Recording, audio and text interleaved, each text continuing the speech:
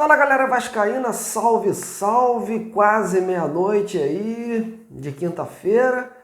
E galera, tô aqui em respeito a vocês porque realmente não dá muita vontade de falar sobre essa mais uma, fraquíssima atuação do Vasco diante do São Paulo aí, que culminou aí com um placar elástico de 3 para o time paulista e 0 para o time carioca. Olha, extremamente preocupante a situação do Vasco. Já são 7 jogos sem vencer. Esse jejum de vitórias preocupa porque o Vasco está aí com uma decisão, um duelo decisivo batendo na porta, e o time hoje apresentou um futebol grotesco. O Vasco ficou 10 dias treinando e o que se esperava era alguma evolução aparente. E nada disso aconteceu. Um time engessado em campo, um time espaçado, desorganizado, sei lá, com pouca vontade, me parecia desinteressado e também sofrendo dos seus próprios erros e nas próprias limitações do elenco, Visivelmente o Vasco não foi o Vasco que a gente estava acostumado a ver lá atrás, quando o Rafael Paiva assumiu a equipe. Esse Vasco de hoje parecia o Vasco do Pacheco, o Vasco do Ramon quando já estava naquela má fase, enfim, um Vasco totalmente entregue e perdido, construindo muito mal, desinteressado, não sei se com a cabeça no jogo contra o Atlético Mineiro, mas a verdade, meus amigos, é que não tem desculpa para isso.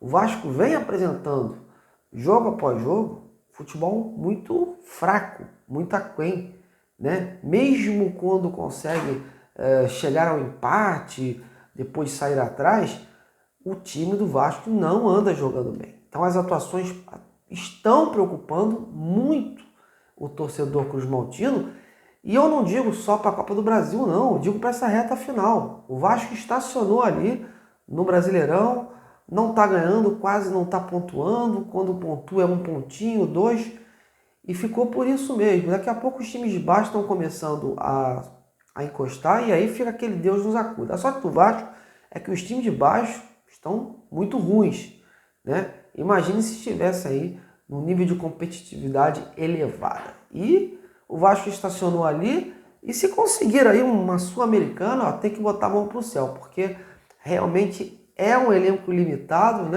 E acaba que o Vasco, essas semifinais que o Vasco está participando da Copa do Brasil, mascara também, um pouco as deficiências do time. Mas a gente sempre alerta aqui, mesmo nas vitórias, a gente sempre dizia aqui, falta isso, falta aquilo, o Vasco precisa melhorar nisso, e hoje o resultado está aí. São Paulo 3, Vasco 0. O Vasco já vem aí de um empate em casa contra o Juventude, vem de derrotas aí acumuladas contra outras equipes e jogando um futebol muito abaixo, muito abaixo. E, para surpresa geral, o Paiva manteve, galera, uma força máxima da equipe.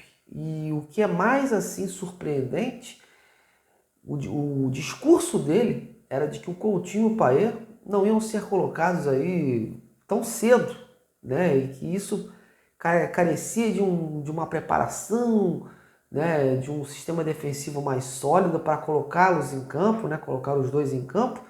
E ele me aparece com Coutinho e Payet num jogo aí importantíssimo para as pretensões do Vasco no Brasileirão e num jogo que é véspera de um outro jogo importante contra o Atlético Mineiro. Ou seja, resolveu testar a dupla nesse duelo aí contra o São Paulo. Não que isso tenha sido o fator determinante, da derrota, mas surpreendeu escalar os dois jogadores nessa situação, nesse cenário. Eu até acredito que os dois possam jogar juntos, mas eu acho que para isso o Vasco precisa ter uma retaguarda ali muito boa. Precisa ter bons zagueiros, precisa ter principalmente 2 cães de guarda ali no meio campo.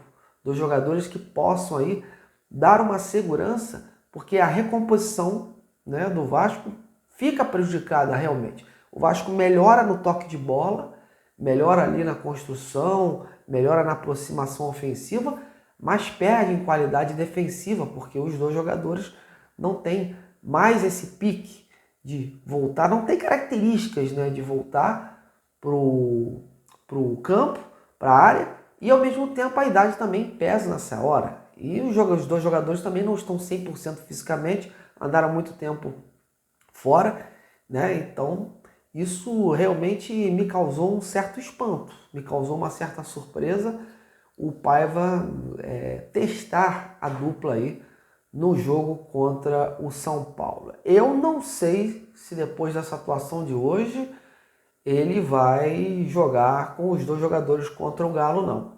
É complicado a gente arriscar isso aí, porque o Papaia saiu muito aborrecido quando foi substituído.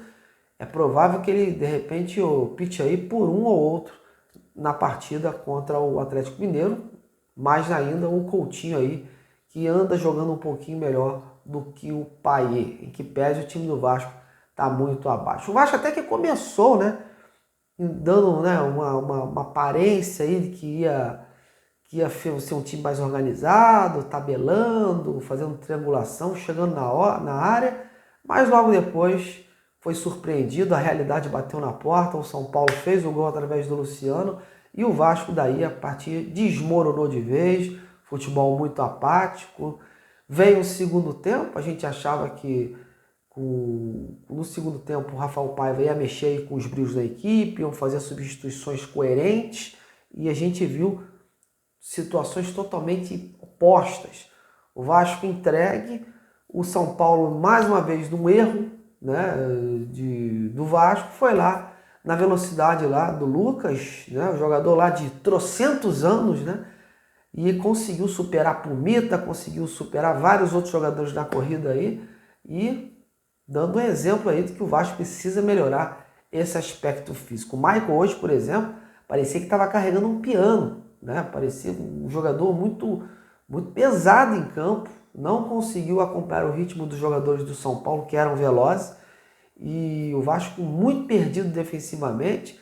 Também tenho cá minhas dúvidas se o Michael vai para esse jogo contra o Galo, né?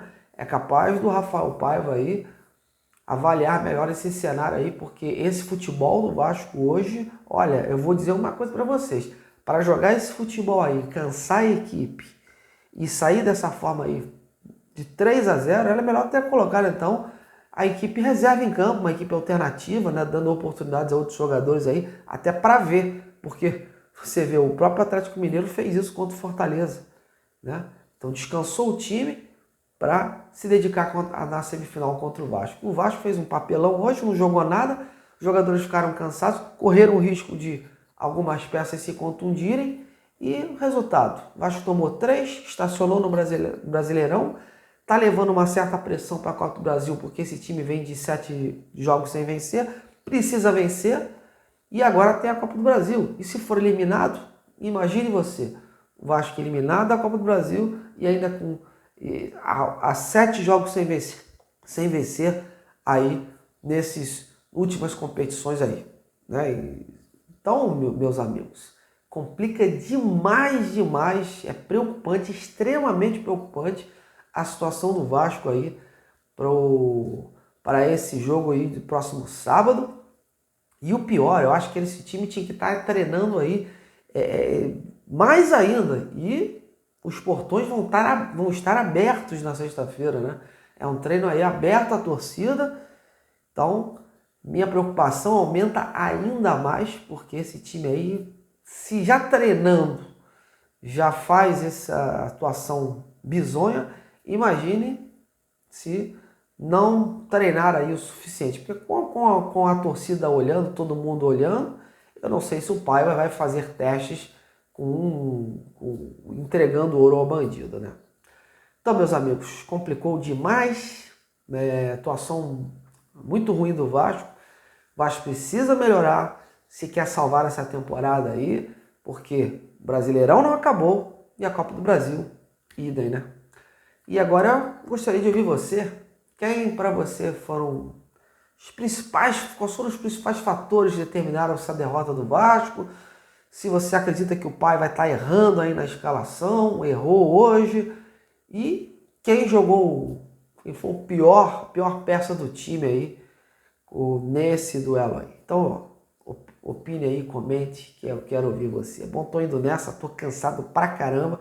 E depois de um jogo desse de hoje, ó, é pra dormir, porque tá complicado. Grande abraço, meus amigos. Até amanhã.